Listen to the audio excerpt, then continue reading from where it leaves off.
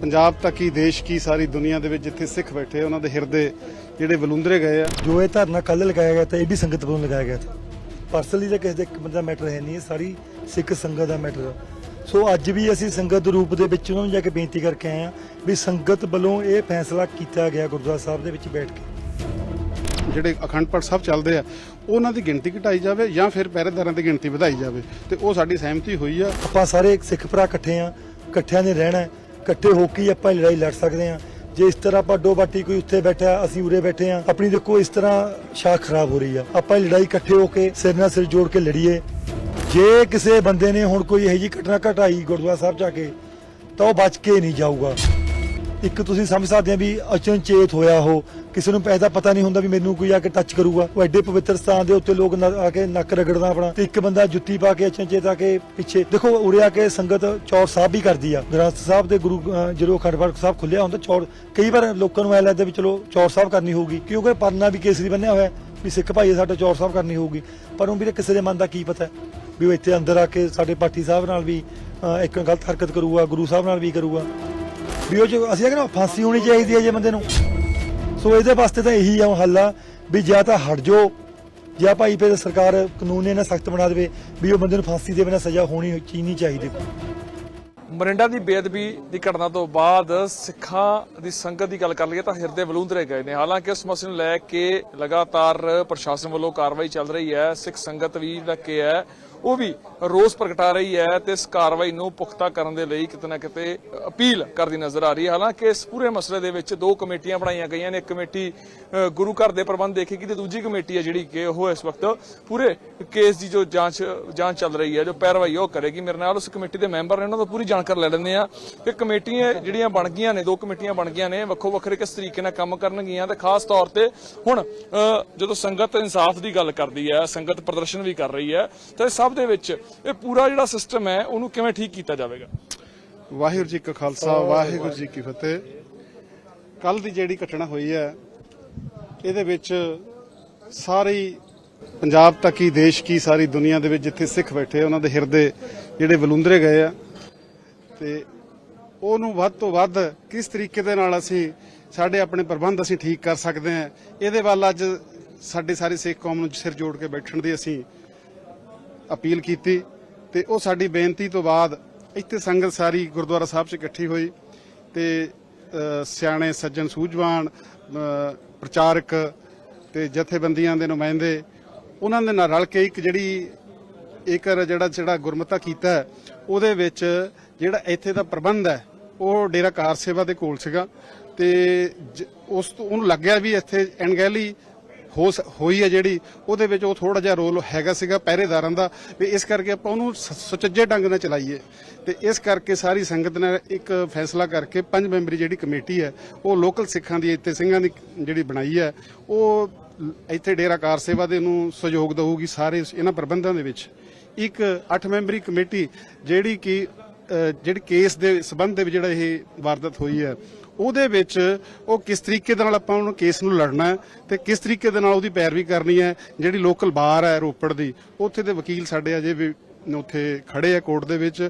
ਇਹ ਜਿਹੜਾ ਦੋਸ਼ੀ ਹੈ ਇਹਨੂੰ ਕੋਰਟ ਦੇ ਵਿੱਚ ਪੇਸ਼ ਕਰਨਾ ਤੇ ਕੋਰਟ ਪੇਸ਼ ਕਰਕੇ ਜਿਹੜਾ ਪੁਲਿਸ ਇਹਨਾਂ ਦਾ ਰਿਮਾਂਡ ਲੈਣਾ ਤੇ ਉਸ ਰਿਮਾਂਡ ਦੇ ਵਿੱਚ ਸਾਨੂੰ ਪ੍ਰਸ਼ਾਸਨ ਨੇ ਯਕੀਨ ਦਿਵਾਇਆ ਵੀ ਤੁਹਾਡੀ ਤਸੱਲੀ ਵਾਸਤੇ ਅਸੀਂ ਤੁਹਾਨੂੰ ਉਹਦੇ ਦੋਸ਼ੀ ਦੇ ਸਾਹਮਣੇ ਤੁਹਾਨੂੰ ਬਿਠਾਲ ਕੇ ਪੁੱਛਿਸ਼ ਕਰਾਂਗੇ।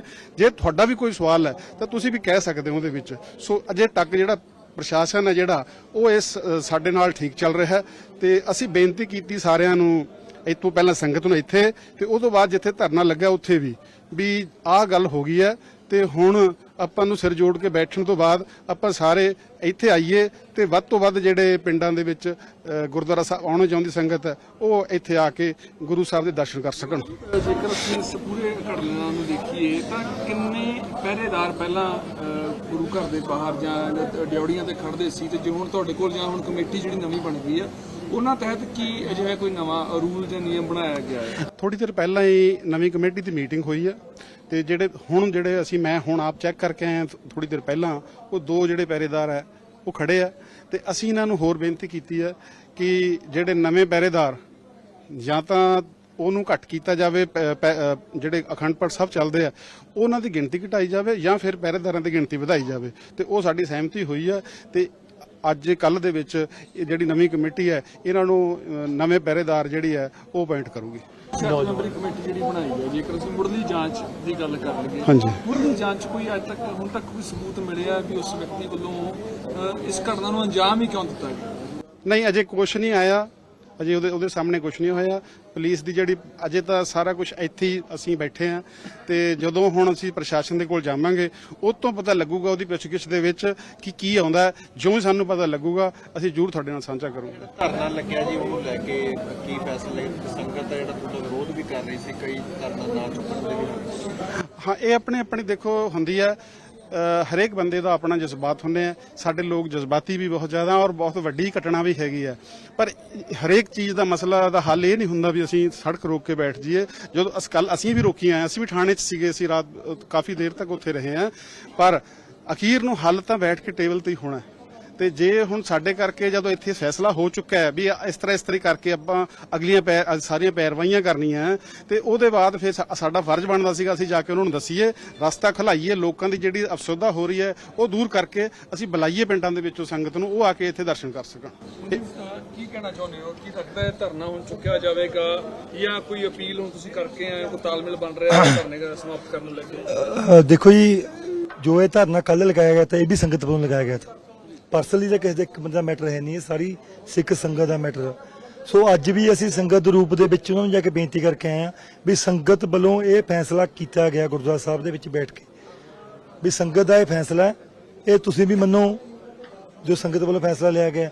ਪਰ ਵਿੱਚ ਇੱਕ ਦੋ ਬੰਦੇ ਬੈਠੇ ਆ ਹਜੇ ਜਿਹੜੇ ਮਤਲਬ ਹਜੇ ਨਹੀਂ ਮੰਨ ਰਹੇ, ਪਰ ਮੰਨ ਜਾਣਗੇ ਅਸੀਂ ਦੁਬਾਰਾ ਫੇਰ ਚਲੇ ਜਾਵਾਂਗੇ ਉਹਨਾਂ ਦੇ ਕੋਲ। ਹਜੇ ਅਸੀਂ ਲੰਗਰ ਉਹਨਾਂ ਨੂੰ ਬਣਾ ਕੇ ਇੱਥੋਂ ਭੇਜਤਾ, ਚਾਹ ਭੇਜਤੀ ਬਣਾ ਕੇ, ਜੋ ਉਹਨਾਂ ਨੇ ਸਾਨੂੰ ਕਿਹਾ ਸੀ ਭੇਜਤਾ, ਪਰ ਅਸੀਂ ਉਹ ਦੁਬਾਰਾ ਉਹਨੂੰ ਫੇਰ ਕਹੂੰਗੇ ਜਾ ਕੇ ਵੀ ਭਾਈ ਸੰਗਤ ਵੱਲੋਂ ਇਹ ਇੱਕ ਵਾਰ ਫੈਸਲਾ ਹੋ ਗਿਆ, ਹੁਣ ਤੁਹਾਡੇ ਰਾਹੀਂ ਫੇਰ ਹੱਥ ਬੰਨ੍ਹ ਕੇ ਬੇਨਤੀ ਕਰਦੇ ਆਪਣੇ ਭਰਾਵਾਂ ਨੂੰ, ਉਹਨਾਂ ਨੂੰ ਵੀ ਦੇਖੋ ਆਪਾਂ ਸਾਰੇ ਸਿੱਖ ਭਰਾ ਇਕੱਠੇ ਆ, ਇਕੱਠਿਆਂ ਨੇ ਰਹਿਣਾ, ਇਕੱਠੇ ਹੋ ਕੇ ਆਪਾਂ ਲੜਾਈ ਲੜ ਸਕਦੇ ਆ।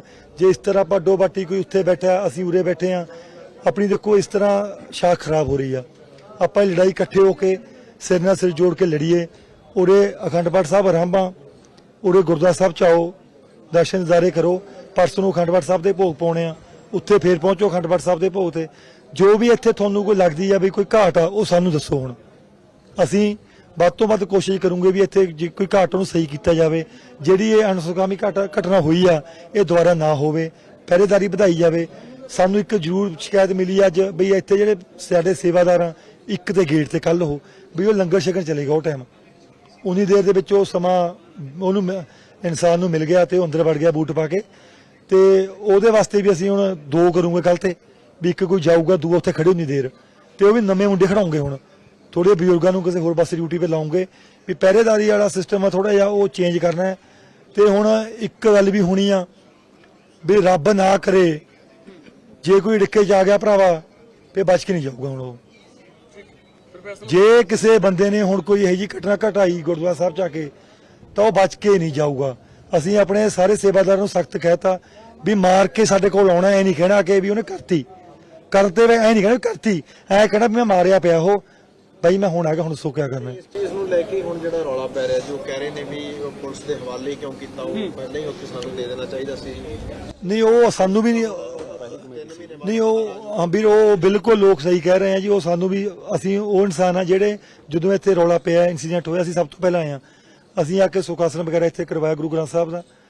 ਸਾਡੇ ਬਸ ਸਮਝ ਲਓ ਵੀ ਤੁਸੀਂ, ਅਸੀਂ ਆ ਗੇਟ ਤੇ ਉਹ ਪੁਲਿਸ ਲੈ ਕੇ ਲੰਘੀ ਉਹਨੂੰ ਇੰਨੀ ਦੇਰ ਚ, ਸਾਨੂੰ ਮਤਲਬ ਮਿਲੇ ਹੀ ਨਹੀਂ ਇੱਥੇ ਆਇਆਂ ਨੂੰ। ਉਹ ਜਿਹੜੇ ਪਹਿਲੇ ਵੀ ਸੱਜਣ ਬੈਠੇ ਦੇ ਇੱਥੇ, ਚਲੋ ਹਰੇਕ ਬੰਦਾ ਦਲੇਰ ਨਹੀਂ ਹੁੰਦਾ, ਵਿੱਚ ਬੀਬੀਆਂ ਬੀਤੀਆਂ ਉਹ ਸਾਰਿਆਂ ਨੇ ਚਲੋ ਹੌਸਲਾ ਨਹੀਂ ਕਰਿਆ ਇੰਨਾ ਵੀ ਉਹਨੂੰ ਫੜ ਕੇ ਰੱਖ ਸਕਣ। ਇੱਕ ਤੁਸੀਂ ਸਮਝ ਸਕਦੇ ਆ ਵੀ ਅਚਨਚੇਤ ਹੋਇਆ ਉਹ, ਕਿਸੇ ਨੂੰ ਇਹਦਾ ਪਤਾ ਨਹੀਂ ਹੁੰਦਾ ਵੀ ਮੈਨੂੰ ਕੋਈ ਆ ਕੇ ਟੱਚ ਕਰੂਗਾ।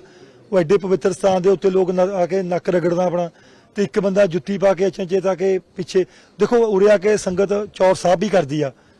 ਗ੍ਰੰਥ ਸਾਹਿਬ ਦੇ ਗੁਰੂ ਜਦੋਂ ਅਖੰਡ ਪਾਠ ਸਾਹਿਬ ਖੁੱਲਿਆ ਹੁੰਦਾ ਚੌਰ, ਕਈ ਵਾਰ ਲੋਕਾਂ ਨੂੰ ਐ ਲੱਗਦਾ ਵੀ ਚਲੋ ਚੌਰ ਸਾਹਿਬ ਕਰਨੀ ਹੋਊਗੀ ਕਿਉਂਕਿ ਪਰਨਾ ਵੀ ਕੇਸਰੀ ਬੰਨਿਆ ਹੋਇਆ ਵੀ ਸਿੱਖ ਭਾਈ ਸਾਡਾ ਚੌਰ ਸਾਹਿਬ ਕਰਨੀ ਹੋਊਗੀ, ਪਰ ਉਹ ਵੀ ਕਿਸੇ ਦੇ ਮਨ ਦਾ ਕੀ ਪਤਾ। ਵੀ ਉਹ ਇੱਥੇ ਅੰਦਰ ਆ ਕੇ ਸਾਡੇ ਪਾਠੀ ਸਾਹਿਬ ਨਾਲ ਵੀ ਇੱਕ ਗਲਤ ਹਰਕਤ ਕਰੂਗਾ, ਗੁਰੂ ਸਾਹਿਬ ਨਾਲ ਵੀ ਕਰੂਗਾ। ਜੀ ਹੁਣ ਜਿਹੜੀ ਪੁਲਿਸ ਜੋ ਪ੍ਰਸ਼ਾਸਨ ਜੋ ਕਾਰਵਾਈ ਕਰ ਰਿਹਾ, ਜੋ ਧਾਰਾਵਾਂ ਲਾਈਆਂ ਗਈਆਂ ਨੇ, ਤੁਹਾਡੀਆਂ ਕਮੇਟੀਆਂ ਉਹ ਧਾਰਾਵਾਂ ਤੇ ਸੰਤੁਸ਼ਟ ਹੈ ਤੇ ਜੇਕਰ ਕਾਰਵਾਈ ਨਿਰਪੱਖ ਹੋ ਰਹੀ ਹੈ ਤਾਂ ਸੰਤੁਸ਼ਟੀ ਪ੍ਰਗਟਾ ਰਹੇ ਹੋ? ਨਹੀਂ ਦੇਖੋ ਜੀ, ਇਹ ਜਿਹੜਾ ਕਾਨੂੰਨੀ ਹਰਕਤ ਹੋਈ ਆ, ਇਹਦੇ ਵਿੱਚ ਸਭ ਤੋਂ ਵੱਡਾ ਕ੍ਰਾਈਮ ਦੀ ਜਿਹੜੀ ਸਜ਼ਾ ਜੋ ਧਾਰਾ ਹੈ ਉਹ ਪੁਲਿਸ ਨੇ ਕੱਲ ਲਾਤੀਆਂ। ਜੋ ਇਹ ਹੋਇਆ ਸਾਡੇ ਜੋ ਕਾਨੂੰਨੀ ਪੈਰਵਾਈ ਹੈ ਇਹਦੇ ਵਿੱਚ ਜੋ ਸਾਡੀ ਲਾ ਦੇ ਵਿੱਚ ਕਾਨੂੰਨ ਬਣਿਆ ਹੋਇਆ 295 307 ਉਹ ਲਾਤੀਆਂ। ਹੁਣ ਇਸ ਤੋਂ ਉੱਪਰ ਕੋਈ ਧਾਰਾ ਹੀ ਨਹੀਂ ਹੈ ਕਿ ਕਾਨੂੰਨ 'ਚ ਜਿਹੜੀ ਪੁਲਿਸ ਲਾ ਸਕੇ। 295 ਏ ਉਹਦੇ ਵਿੱਚ ਤੁਸੀਂ ਮੰਗ ਕਰਦੇ ਹੋ ਕਿ ਉਹਦੇ ਵਿੱਚ ਤਰਮੀਮ ਅਸੀਂ ਬਿਲਕੁਲ ਮੰਗ ਅਸੀਂ ਤਾਂ ਕੱਲ ਦੇ ਹੀ ਹਰੇਕ ਬੰਦੇ ਵੀ ਉਹ 'ਚ ਅਸੀਂ ਕਹਿੰਦੇ ਫਾਂਸੀ ਹੋਣੀ ਚਾਹੀਦੀ ਹੈ ਜੇ ਬੰਦੇ ਨੂੰ। ਅਸੀਂ ਤਾਂ ਜੀ ਦੇਖੋ ਆਪਣੇ ਸਿੱਖ ਧਰਮ ਦੇ ਵਿੱਚ, ਸਿੱਖ ਕੌਮ ਦੇ ਵਿੱਚ ਤਰ੍ਹਾਂ ਦੇ ਹਰੇਕ ਥੋੜੀ ਦੇਰ ਬਾਅਦ ਗੁਰਦੁਆਰਾ ਸਾਹਿਬ ਦੇ ਵੀ ਘਟਨਾਵਾਂ ਹੁੰਦੀ ਆ। ਦੇਖੋ ਤੁਸੀਂ ਐਡੀ ਬੜੀ ਮਾੜੀ ਗੱਲ ਉਹ ਵੀ ਹਰਿਮੰਦਰ ਸਾਹਿਬ 'ਚ ਵੀ ਹੋ ਗਈ। ਹੁਣ ਤਾਂ ਸਾਡੇ ਸਿਰੇ ਲੱਗੀ ਜਿਵੇਂ ਗੱਲ। ਸੋ ਇਹਦੇ ਵਾਸਤੇ ਤਾਂ ਇਹੀ ਆ ਹੱਲ ਆ ਵੀ ਜਾਂ ਤਾਂ ਹਟ ਜਾਓ ਜਾਂ ਭਾਈ ਫਿਰ ਸਰਕਾਰ ਕਾਨੂੰਨ ਇਹਨਾਂ ਸਖਤ ਬਣਾ ਦੇਵੇ ਵੀ ਉਹ ਬੰਦੇ ਨੂੰ ਫਾਂਸੀ ਦੇ ਬਿਨਾਂ ਸਜ਼ਾ ਹੋਣੀ ਨਹੀਂ ਚਾਹੀਦੀ ਕੋਈ। ਸੜਕ ਜਾਮ ਕੀਤੀ ਹੋਈ ਹੈ, ਸੜਕ ਜਾਮ ਦੇ ਨਾਲ ਤੁਹਾਨੂੰ ਲੱਗਦਾ ਕਿ ਹੱਲ ਹੈਗੇ ਮਸਲੇ? ਨਹੀਂ ਫਿਰ ਅਸੀਂ ਤਾਂ ਜਾ ਕੇ ਉਹਨਾਂ ਕੋਲ ਵੀ ਸੜਕ ਬਾਈ ਖੋਲ ਦਿਓ, ਸੰਗਤ ਹੈਰਾਨ ਹੋ ਰਹੀ ਹੈ, ਸੜਕ ਖੋਲ ਦਿਓ। ਅਸੀਂ ਵੀ ਲੋਕਲ ਆ ਇੱਥੇ ਦੇ, ਸਾਡੇ ਪਿੰਡਾਂ ਦੀ ਸੰਗਤ ਸਾਨੂੰ ਫੋਨ ਕਰਦੀ ਹੈ ਵੀ ਅਸੀਂ ਕਿੱਧਰ ਨੂੰ ਆਈਏ, ਅਸੀਂ ਗੁਰਦੁਆਰਾ ਸਾਹਿਬ ਆਉਣਾ ਹੈ। ਕੱਲ ਦੇ ਲੋਕ ਘਰਾਂ 'ਚ ਇੱਥੇ ਆਉਣ ਵਾਸਤੇ ਤਾਬਲੇ ਹੋਏ ਪਏ ਆ। ਪਰਸੋਂ ਨੂੰ ਅਖੰਡ ਪਾਠ ਸਾਹਿਬ ਦਾ ਭੋਗ ਪਾਉਣਾ, ਕਿਸੇ ਨੇ ਚਾਹ ਲੈ ਕੇ ਆਉਣੀ ਹੈ, ਕਿਸੇ ਨੇ ਚੀਨੀ ਲੈ ਕੇ ਆਉਣੀ ਹੈ, ਕਿਸੇ ਨੇ ਕਣਕ ਲੈ ਕੇ ਆਉਣੀ ਆ। ਸੋ ਉਰੇ ਬਹੁਤ ਸ਼ਰਧਾ ਵੀ ਸੰਗਤ ਦੀ, ਬਹੁਤ ਜ਼ਿਆਦਾ ਸ਼ਰਧਾ ਹੈ। ਪਰ ਉਹ ਸੰਗਤ ਆਉਣ ਵਾਸਤੇ ਰਸਤਾ ਹੀ ਬੰਦ ਆ। ਹੁਣ ਅਸੀਂ ਉਹ ਸੰਗਤ ਨੂੰ ਬੇਨਤੀ ਕਰਕੇ ਆਏ ਵੀ ਰਸਤਾ ਖੋਲ ਦਿਓ ਸਾਡਾ, ਵੀ ਤਾਂ ਕਿ ਸੰਗਤ ਇੱਥੇ ਪਹੁੰਚ ਸਕੇ। ਸੋ ਵਾਹਿਗੁਰੂ ਜੀ ਕਾ ਖਾਲਸਾ, ਵਾਹਿਗੁਰੂ ਜੀ ਕੀ ਫਤਿਹ। ਸੋ ਇਹ ਨਵੀਂ ਕਮੇਟੀ ਜੋ ਜਿਸ ਦਾ ਗਠਨ ਹੋਇਆ, ਉਸ ਦੇ ਮੈਂਬਰ ਮਨਦੀਪ ਸਿੰਘ ਤੇ ਜੁਗਰਾਜ ਸਿੰਘ ਸਾਡੇ ਨਾਲ ਗੱਲਬਾਤ ਕਰ ਰਹੇ ਸੀ, ਜਾਣਕਾਰੀ ਦੇ ਰਹੇ ਸੀ ਕਿ ਇੱਕ 5 ਮੈਂਬਰੀ ਕਮੇਟੀ ਬਣਾਈ ਗਈ ਹੈ, ਇੱਕ 8 ਮੈਂਬਰੀ ਕਮੇਟੀ ਗਈ ਹੈ। ਜਿਹੜੀ 5 ਮੈਂਬਰੀ ਕਮੇਟੀ ਹੈ ਗੁਰੂ ਘਰ ਦੇ ਪ੍ਰਬੰਧ ਦੇ ਵਿੱਚ ਸਹਿਯੋਗ ਕਰੇਗੀ ਤੇ 8 ਮੈਂਬਰੀ ਕਮੇਟੀ ਹੈ ਜਿਹੜਾ ਕੇਸ ਹੁਣ ਚੱਲ ਰਿਹਾ ਹੈ ਉਸ ਮਸਲੇ ਦੀ ਪੈਰਵਾਈ ਕਰੇਗੀ। ਹਾਲਾਂਕਿ ਹੁਣ ਦੇਖਣਾ ਇਹ ਆ ਇਸ ਦੇ ਨਾਲ ਬਦਲਾਵ ਕੀ ਆਵੇਗਾ ਤੇ ਜੋ ਨਤੀਜੇ ਦੀ ਗੱਲ ਕਰਦੇ ਆ ਕਿ ਜਿਸ ਤੋਂ ਸਿੱਖ ਸੰਗਤ ਸੰਤੁਸ਼ਟ ਹੋਵੇਗੀ ਉਹ ਨਤੀਜਾ ਕੀ ਹੋਵੇਗਾ। ਮਨਸੂਰ ਖਾਬ ਆਪਣੇ ਸਹਿਯੋਗੀ ਜੱਸੀ ਦੇ ਨਾਲ ਰੋਜ਼ਾਨਾ ਸਪੋਕਸਮੈਨ, ਮੋਰਿੰਡਾ।